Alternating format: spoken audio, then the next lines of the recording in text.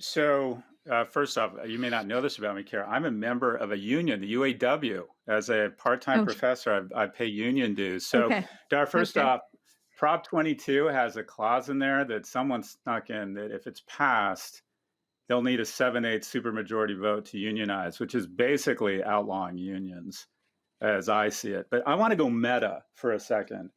I looked up the market cap of General Motors is 42 billion. They have 164,000 employees. That's 250,000 in market cap. And on average, their employees make 84,000 plus benefits. Ford, 27 billion, 190,000, 140,000 in market cap per employee, 89,000 plus benefits. Uber, 53 billion with 27,000 full-time employees at HQ. Do I have that number right? 27,000, that's what I found. Is that right? That's about right. Yeah. Yeah, Approximately? that's about right. So about Yes. $2 million in market cap, around 15 or 20 times the market capitalization of traditional automobile manufacturers.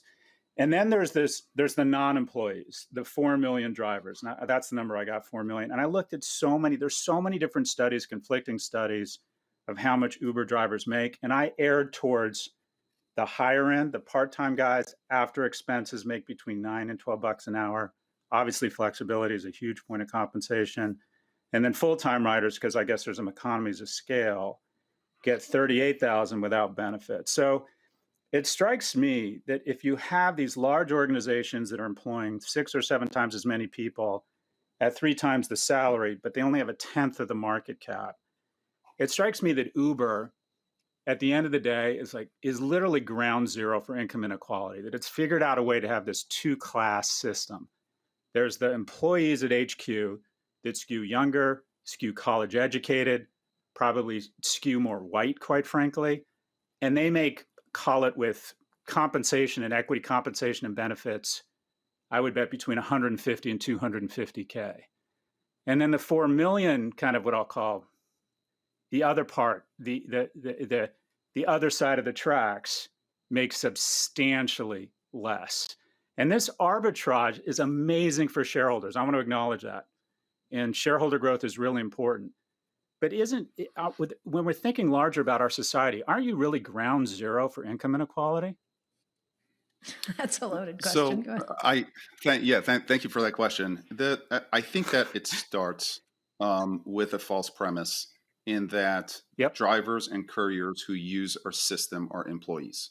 All right, they're not employees. We don't tell them what to do. They can decide when to work, etc. This idea that, oh, you can have flexibility in employment at the same time, it's just false on the face of it.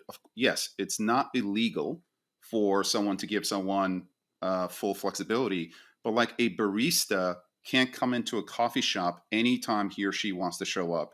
Can't say I'm only going to make lattes and I'm not going to make a regular coffee drink. Can't take a 2-hour break during rush and can't then go work at another coffee shop that's closer to home on their way home. So just because it's legal doesn't mean it actually works.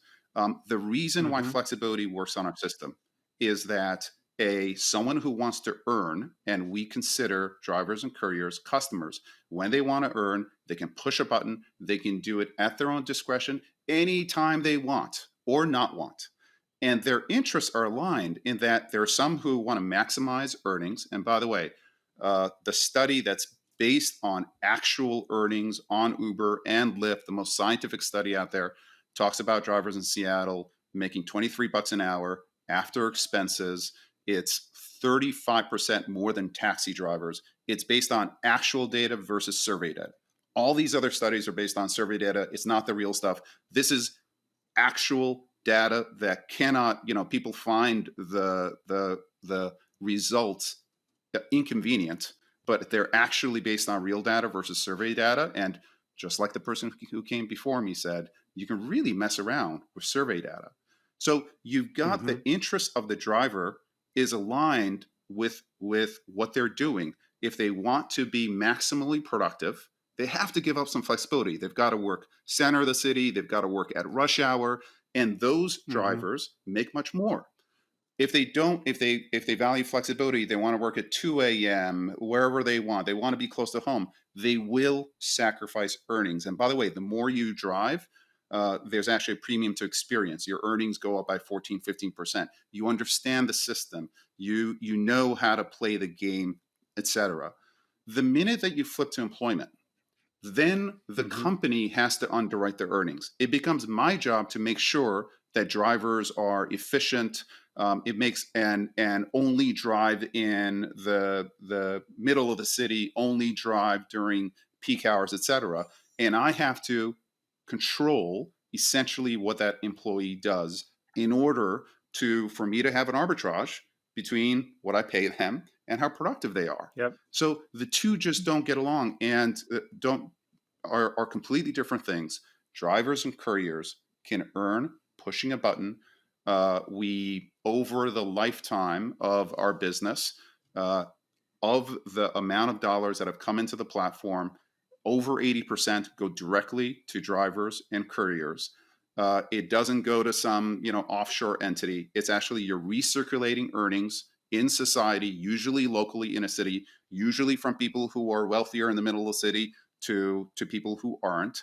And this kind of work is needed. And oh, by the way, people can ditch their cars, and on the customer side, you can have something that's convenient. So we ain't GM. We don't want to be GM. Much respect to them. We're marketplace, and there's a place in society for that. People are earning on the platform, and people are using the platform to get around. And I think that's a net positive.